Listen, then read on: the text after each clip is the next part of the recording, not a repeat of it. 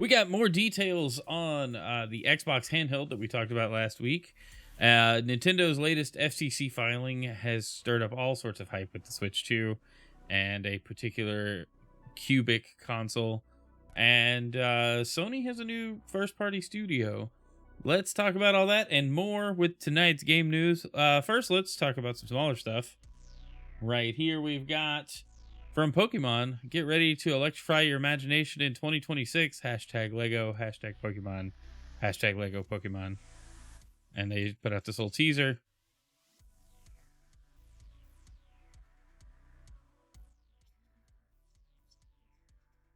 Crazy, right? So, I'm surprised they didn't have the Pikachu noise there. If anyone's familiar with the Pokemon branding and toy bricks, blocks, Mega Constructs, formerly known as Mega Blocks, has had the Pokemon license for a while for like model kit things, and it looks like that's no more. I don't know what the deal is there, but Lego stepped up to the plate, I guess. Maybe they offered more money. It was very strange when Pokemon first partnered with Mega Blocks, and then now it's actually Legos. It's just weird because I would think the number one entertainment franchise in the world would license to the number one building toy in the world. I'm just saying. But anyway, let's move on to the next story. It's really neat though. A little teaser for next year, a whole 12 months from now. Maybe next Pokemon Day we'll get that Pikachu kit. I don't know. Any Lego streamers excited for this? I know a lot of people are. Let's not linger too much. All right, next thing. All right. Last week I didn't get to cover this because it happened immediately after the game news. There were rumors about this, but Niantic sold off Pokemon Go. Today we're announcing this on March 12th. Today we're announcing changes at Niantic that will set us on a bold new course. We've reached an agreement for Scopely to acquire Pokemon Go, Pikmin Bloom, Monster Hunter Now, and the incredible teams working on these experiences. And we're spinning off our pioneering geospatial AI business into a new company, Niantic Spatial Inc. Read more in our blog here. That's a curse word. Whoops. I didn't know that was there. Anywho, so Scopely now owns Pokemon Go, which is wild to think about. But anyway, they were done with their project and mapping and AI training. So now they're going to put it to good use, I suppose, on something not Pokemon related. But wild to think about. Hopefully Scopely can continue to make Pokemon Go successful. Pikmin Bloom as well. I don't know. I don't know the stats of those games. I don't play them anymore. They did not hold my interest and required far too much investment for me to keep playing. Anyway, yeah, so that was a big shocker last week. This week, it's just kind of like, all right, well, I wanted to mention it, but anyway, let's move on. All right, we got a new Katamari game. I thought this was interesting. Katamari Damacy rolling live, announced for Apple Arcade. Apparently, it's about being a live streamer, so we're going to play it as soon as it comes out on April 3rd. The overview from Apple Arcade itself: roll, stick, and grow. The quirky action game Katamari Damacy, where you grow your Katamari by collecting objects, is now in Apple Arcade. Roll, stick, and grow easily.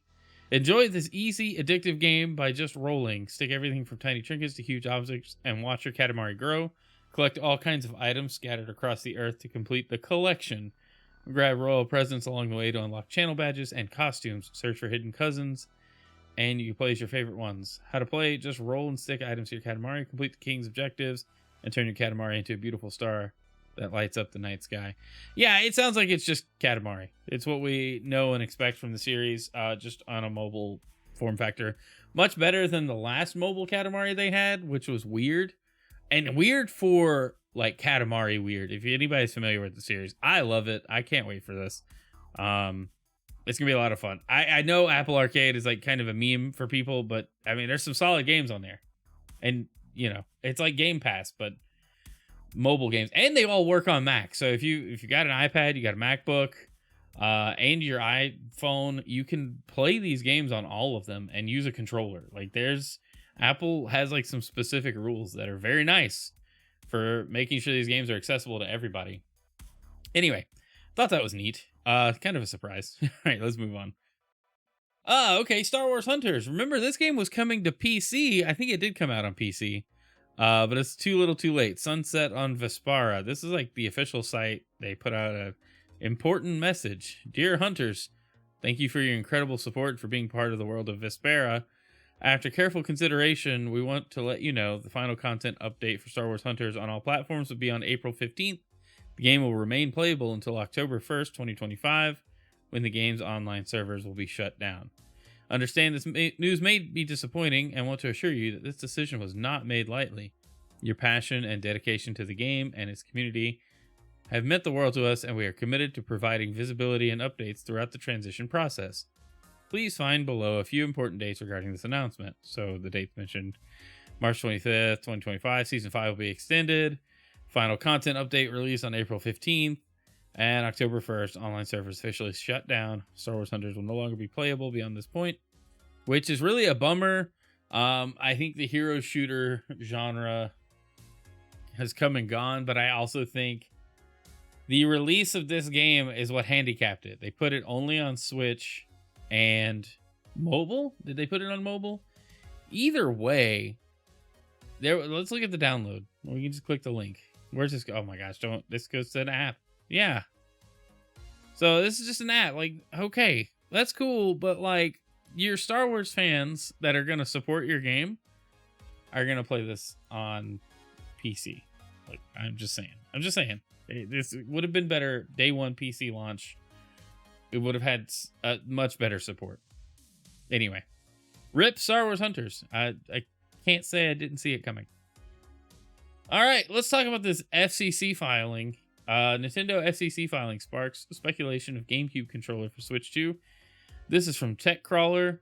Valentina Kraliuk has written this article for us. Nintendo fans are buzzing with excitement after a new FCC filing surfaced, sparking speculation about a potential GameCube controller for the rumored Nintendo Switch 2. The filing, which was recently made public, has led to plenty of theories about what Nintendo might be planning for its next-gen console. While the FCC filing does not reveal many concrete details, the most intriguing part comes from the images associated with the listing. Based on what has been shared, many believe this could point to a new GameCube-style controller possibly designed for use with the upcoming Switch 2. Which, I mean, the label says Nintendo GameCube right there. So, I guess we shouldn't be too surprised by that. This looks like it's from the filing itself. Some screws, the Nintendo badge. Anyway, some fans initially speculated that the filing could be for a new version of the Pro Controller. However, certain details suggest otherwise. For instance, the device in question does not appear to have an NFC functionality, a feature present in the current Pro Controllers for reading amiibo figures. This key detail makes it more likely that Nintendo is working on something different. Although the discovery is exciting, it does not necessarily confirm a few important possibilities. For example, this does not guarantee that Nintendo plans to bring GameCube games to Switch Online 2, a feature that many retro gaming fans would love to see. Additionally, while there is a chance that this controller could be compatible with the current Switch, no solid proof yet to support that idea. Nintendo has a history of embracing its legacy controllers, having released the NES, SNES, N64, and Sega Genesis controllers for use with Nintendo Switch Online. A GameCube controller for the Switch 2 would fit right into that pattern, especially considering how beloved the GameCube controller is among gamers. The design remains a favorite for titles like Super Smash Bros., and its return would be welcomed by many. For now, fans will have to wait for official confirmation from Nintendo. While the FCC listing adds fuel to the fire, it remains to be seen what Nintendo's actual plans are. As more details emerge, gamers will be eagerly watching to see if the GameCube controller will make a triumphant return on Switch 2. So, it's just an FCC filing, right? Like, this doesn't mean what everybody wants it to mean, I guess. I think if they are doing GameCube games, they're going to do a Switch Online version of the GameCube controller. But what concerns me is this little wire here with the N64, Super Nintendo, NES, and Sega Genesis controllers that they mentioned earlier in the article. Those are all added Bluetooth. Like, those were enhanced to be wireless, and in the case of the NES controllers, slide onto the side of the Switch and look really silly. So why would they do a corded controller? This may be an updated controller just for, like, resale, I don't know why, but I would hope maybe they'll leverage the, USB adapter that released back on the Wii U that works on the Switch current, and now it'll be like officially supported for the Switch 2 for GameCube games. I don't know. It's pure speculation, but it does have people talking. People are excited about it. I think it's cool. I can't wait for the Switch 2 announcement. I don't even know, not the announcement, but the direct. I don't even know where like they would fit this in. Like, are they going to show games? Or are they going to focus on hardware? They might do both. And this might be like one more thing towards the end where they're like, oh yeah, Switch Online is getting GameCube games if you're on the Super Premium expansion pack. Plus, featuring Dante from Devil May Cry and Knuckles. Anyway, I digress. I'm just interested in where this is going. Because people have been wanting GameCube games on Switch for a while. It would be nice to have official support, I guess. But I don't think they're going to be Switch Online style. They might be individual purchases. I think Nintendo's going to monetize the heck out of the GameCube games. If they are included with Switch Online, I expect either a price hike or another tier of the service that goes beyond the expansion pack. I just don't see it being just lumped in for free. There's no way. There's so much work involved, and Nintendo, that's not like them. So that's where I stand on it. Love the GameCube controller. Can't wait to get my hands on the Switch 2 and see where this is going. That direct is coming up, though, so not much longer now. All right, let's move on. All right, speaking of Smash Bros. And GameCube controllers, Smash Bros. Creator Masahiro Sakurai encourages Japanese developers to pursue the kind of games Japanese people love instead of adapting. He talks about what he thinks Japan's game industry should do to keep growing in the future. This is from Automaton Amber V, published earlier today, actually, at the time of this recording.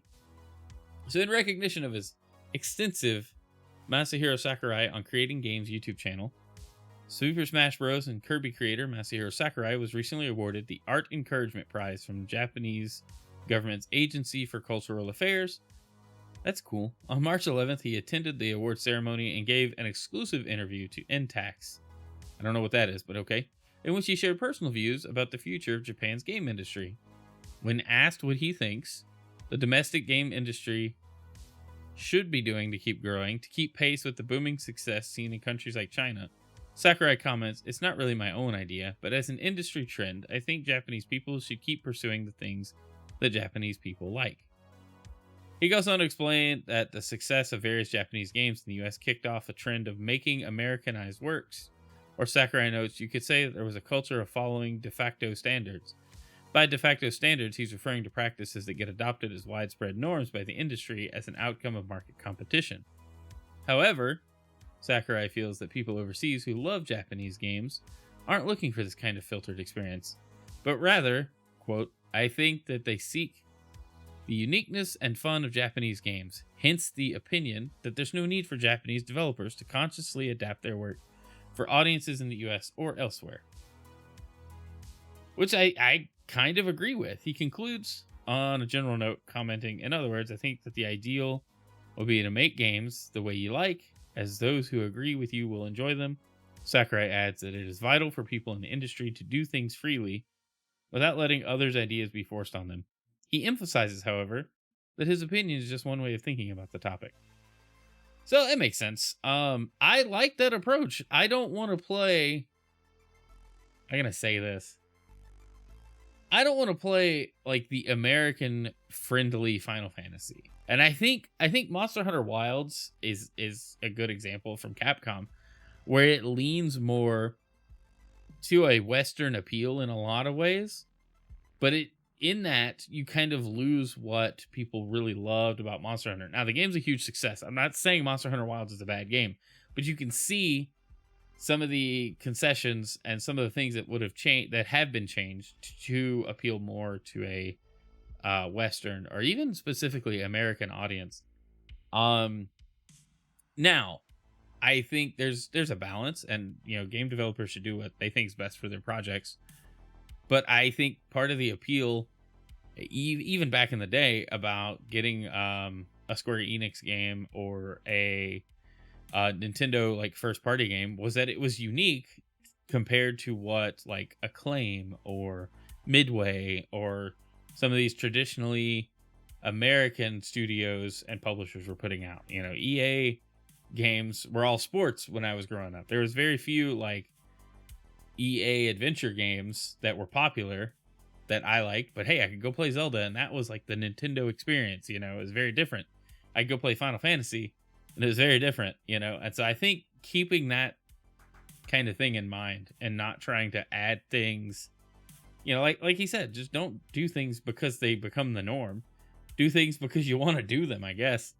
Anyway, that was a cool perspective. Respect one of the goats of the game industry. Anyway, I really wonder if they're getting him to work on another Smash. By the way, everyone suspects that, but I feel like the next Smash Brothers game will be a total reboot. That's just a hot take. Like, I don't know. We're not gonna talk about that here. Anyway, moving on. All right, PlayStation's new studio, Call of Duty veteran creates new PlayStation studio, Dark Outlaw Games. Jason Blundell has created Dark Outlaw Games, which is a new first-party PlayStation studio. This came out yesterday from, what are we on? GameSpot. Eddie Macic. I'm sorry, I'm butchering names. I'm bad at this. From Louisiana. I don't know how to read. Call of Duty veteran Jason Blundell's first major post-Activision project was the PlayStation-partnered Deviation Games, but it opened and closed without even announcing or releasing a game. Now Blundell is starting a new company with PlayStation. He said in an interview with Jeff Gertzman that he's starting Dark Outlaw Games, which is a new studio inside of PlayStation Studios.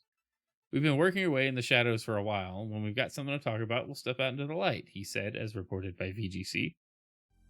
Blundell said, "It's such a privilege to be the newest first-party PlayStation studio. Sony doesn't start up first-party studios all the time, so to have that privilege is humbling." As mentioned, this isn't Blundell's first go-around with Sony. In 2021, Deviation Games signed a partnership with Sony to create a new IP that would be exclusive to PlayStation. Another Call of Duty veteran, Dave Anthony, founded Deviation with Blundell. However, Blundell left the company in 2022, with a round of layoffs following in 23, before the company closed its doors for good in 24, without its first game ever being announced. No word yet on what Dark Outlaw is making for Sony. As for Blundell, he was instrumental in the creation of Call of Duty's massively popular Zombies mode during his time at Treyarch. He worked on a number of Call of Duty games over the years, and he directed 2015's Black Ops 3. Which is interesting. I hope that this... Like, I don't want to see Dark Outlaw come up for another couple of years. I want them to announce the next thing, but I don't want to see teases and concept art and leaks and even like rumors. Like, let them cook. Let it be exciting when they do have something to show. And I would wish that across the industry. I'm so tired of leaks and rumors. Now, I like speculation on existing information.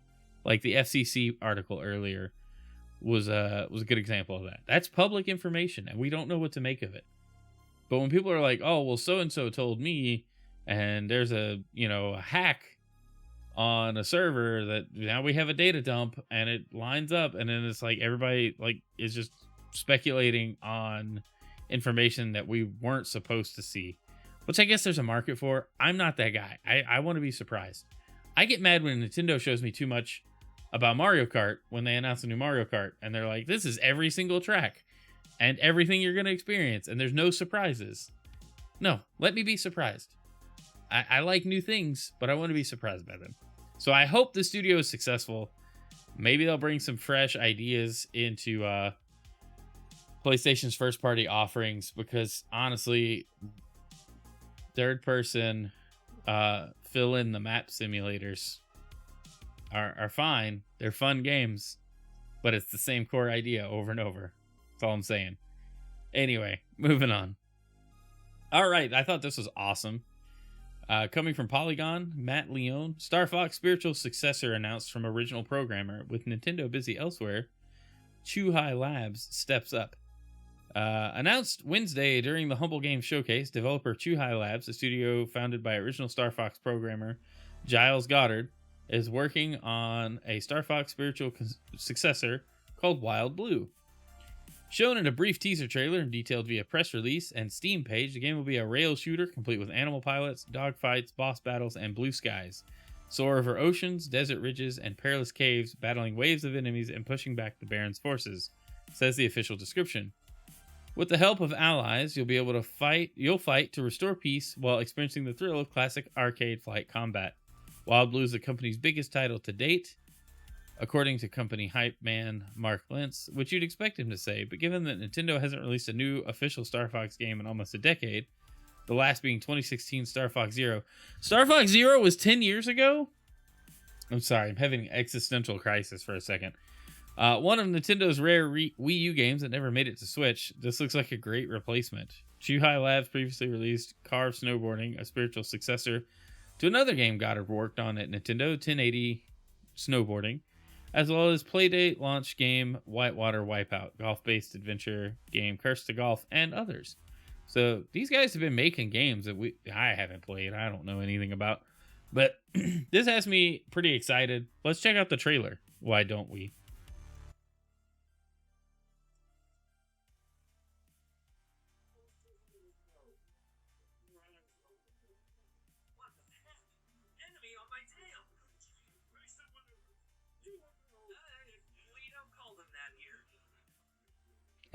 Nice.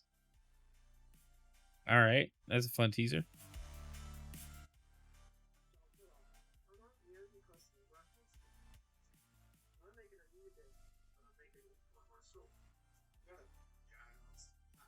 Mark Lentz from the Kyoto, Japan-based indie game studio Chuhai Labs.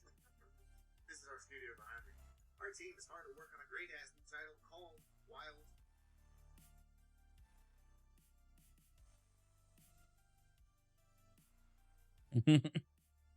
Yeah, curse words.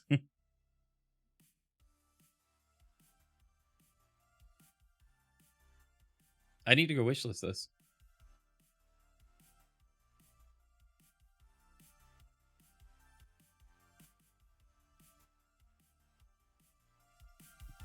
Oh my gosh. What's going on?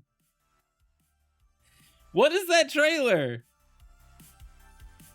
All right, let's pull up a different tab real quick. My gosh, that looked cool though, except for the weirdness at the end. Anyway, all right, let's get to a big story here. Xbox Project Kennan, gaming handheld, price, compatibility, launch window, and everything we know so far.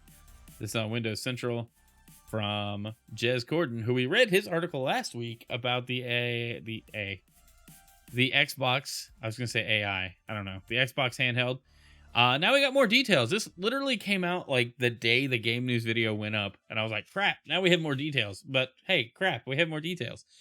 Microsoft was working on a partner gaming handheld with Asus set to launch later this year. Project Kennan is part of a wider effort at Microsoft to engage OEMs on Xbox-style gaming hardware. I just want to say, I called it. It was probably going to be Asus or Lenovo. I was hoping for Lenovo for the Switch controllers. But Asus makes the most sense. They've got the ROG Ally, and then that with Xbox branding makes total sense. So if that's real, awesome. So here he toots his own horn. I exclusively revealed Xbox's Project Kennan earlier this week, detailing the first salvo in Microsoft's bold new hardware direction for its gaming platform. But you want more details, right? Well, he knows me too well. Jez, thank you. Kennan, not Kennan, as I previously wrote, curse you, Warren, is an OEM-built PC gaming handheld at its core, akin to the Asus ROG Ally or Lenovo Legion Go, and is set to launch later this year, providing nothing goes awry. See, I read that wrong. Man, your British writing comes through hardcore here. Microsoft is working closely with OEMs on making Windows more friendly for dedicated PC gaming devices like this, with a large amount of effort being poured into the Xbox app, Xbox Services platform on Windows, and the Xbox Game Bar on Windows to that end. My pacing tonight has been all over the place, and I apologize. No, I don't. I can't read.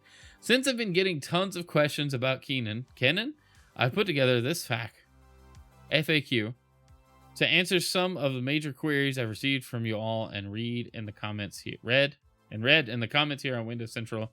And if you have more, feel free to drop them below. Here's what we know so far about Xbox's Project Kennan. I'm going to say Kennan because it's not Keenan. All right, who's making Xbox's Kennan handheld device? Surprise, Asus is making Xbox's Project Kennan. Isn't that fun? That layout irks me. All right, in news, which may not shock you, it's Asus that has been tipped to build Xbox's Project Kennan device. We can corroborate a report from The Verge's Tom Warren that Project Kennan is indeed from Asus and will essentially feel somewhat familiar to Asus ROG Ally owners, albeit with an Xboxy twist. According to our trusted sources, Kennan will blend Asus's stylings with updated design conventions more typical of an Xbox-style device, with more prominent grips and a dedicated Xbox guide-style button. It's unclear whether Kennan will sit alongside any prospective Asus ROG Ally 2 as a separate SKU, or whether it is in essence the ROG Ally 2 subsidized by Xbox. The Asus ROG Ally X is arguably the best PC gaming handheld on the market as of writing, with the best balance of specs, design, weight, and price. Lenovo chose to partner up with Valve for their SteamOS third-party hardware program, but it seems Asus won't be the last OEM to partner up with Microsoft for a device of this nature. Microsoft's hardware team is led by Rowan Sones, names, who previously led Microsoft's OEM program for Windows PCs. This expertise is doubtless leading the charge for this program, which The Verge reports is codenamed Bayside. Will Xbox and Asus Kennan run Xbox games or just Windows games? For those who are hoping Kennan will play Xbox games, I'm sorry to report that this is a tried and true Windows PC in essence, meaning that you cannot bring most of your Xbox library to the device. Only games that fall under Xbox Play Anywhere will work as a single purchase entity across Xbox One, Series X, S, and Kennan, much like the Asus ROG Ally and Lenovo Legion Go. Xbox Cloud Gaming will also extend some of the Xbox-only games you could potentially play on this device, but you'll be limited to whatever is in Xbox Game Pass Ultimate there for the most part. Since it's a Windows PC in gaming handheld form, you'll also be able to natively run other gaming stores like Steam, Battle.net, GOG, and launchers like the Riot Client and HoYoverse Launcher. There you go. Jez knows what's up. We're just going to play Genshin and Star Rail on this thing, and that's it. Microsoft is working towards bringing more Xbox games to Windows via a big push for Xbox Play Anywhere and Xbox Cloud Gaming, but it remains to be seen just how many of the thousands of Xbox platform-bound games it can technologically or even legally bring across. Take this section with a huge grain of salt. How much will the Asus Kennan device cost? Okay, take this with a huge grain of salt because the global economic landscape is very rapidly shifting. The United States initiated a trade war, placing tariffs on a variety of commodities that threatens to upend global supply chains, which could severely impact the price of devices like gaming handhelds, consoles, and PC parts in general. I have opinions on that you guys probably wouldn't enjoy. As such, I don't think Asus or Microsoft has placed a hard price on Kennan just yet, but I do know the target price range, and it's actually not as bad as I expected. Our sources indicate that it won't be quite as cheap as the base model, Steam Deck, but it won't be as expensive as the Lenovo Legion Go RRP. It'll be somewhere in the middle, with a base model price range between $499 and $599 potentially. But like I said, do take that with a huge grain of salt, given the state of the trade war going on right now. I've also heard there will be 2 SKUs on offer, although it's unclear what the differences will be between them. The more expensive model may have more powerful chips, or may simply be a larger SSD. Still digging for more details. Okay. Speculating on Kennan specs and features. It's somewhat unclear right now exactly what is inside Kennan. I'm not sure what the display size is, planned chips are, overall feature set, but we can infer from the first AMD Z2 devices that Lenovo announced at CES, which will most likely be what you find inside this device. Given that the price may be similar in range to the Legion Go S base model, you have to assume that it might be running Z2 Go chipset rather than the Z2 Extreme, which hasn't appeared in an available device yet. Okay, so AMD Z2, which there are specs. Okay, cool. It's a CPU. If it is the Z2 Go, it will in essence be less powerful in general than the Z1 Extreme devices like the Asus ROG Ally and Legion Go. Indeed, Legion Go S hasn't reviewed particularly well, with reviewers suggesting the power efficiency gains aren't worth the decreased graphics performance. All right, let's go to the next question. I feel like talking too much technical stuff loses people. So let me know in the comments if you want technical details or if you don't in the game news when they come up. What is the planned Kennan launch window? Again, launch windows need to be taken with a grain of salt here due to tariffs, global macroeconomic conditions, and so on. But we have heard that the Kennan device could be revealed as soon as this summer, penned for a launch later in the year. Update, the reveal date here was incorrectly reported as the launch date in a previous draft and has been amended. Apologies for the error. Microsoft build is slated for May 19th, 2025 too, and the summer Xbox showcase typically drops the first week of June as well. It's potentially a good time to show off a new piece of hardware for a new partner, Windows OEM program, but there are a variety of things that could hold up that date as well as its launch window, naturally, given the state of things. Microsoft is committed to some pretty heavy work on Windows to really make this partner device feel as close to an Xbox as possible. The device will essentially exist as proof of concept. Okay, I'm just lingering on this. I'm losing interest. Will Xbox... It's not his fault. It's just bogged down with details. And sitting here, if I was just sitting here reading it, I would read the whole thing, like, just quietly to myself. But I'm reading it out loud. It's a lot of details. Will Xbox still make its own handheld? He says they have no choice. It believes that to be the case. They did talk about their new hardware outside of handhelds, like what's next. So, all right, cool. It's cool to know that Asus is likely the partner manufacturer for this because, I mean, the ROG Ally exists and is a good piece of hardware. So that's awesome. Jez, good job on that. Appreciate the article. All right. I don't know him personally. I talked to him on Twitter and he responds.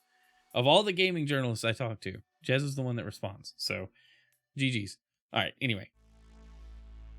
And that's it. Now we're looking at Opera GX. All right, that's it for the game news. So, yeah, guys, what do you think of any of this stuff? Do you think that the ROG, like Asus, is going to make a good Xbox handheld? Are you excited for the new Starfox spiritual successor? And do you really think GameCube's coming to Switch too? I think it's likely. I think they're going to lean into it. I really wish that we could get the classic Pokemon games before we got GameCube games. That's all I'm saying. I think it would be great. Anyway, if you're watching this on YouTube, that means you're watching the recorded, edited version, and I appreciate you being here. Hit that like button, hit the subscribe button, and let me know what you think of any of the stories down below in the comments. And thanks for watching. I'm going to go play video games now, so bye.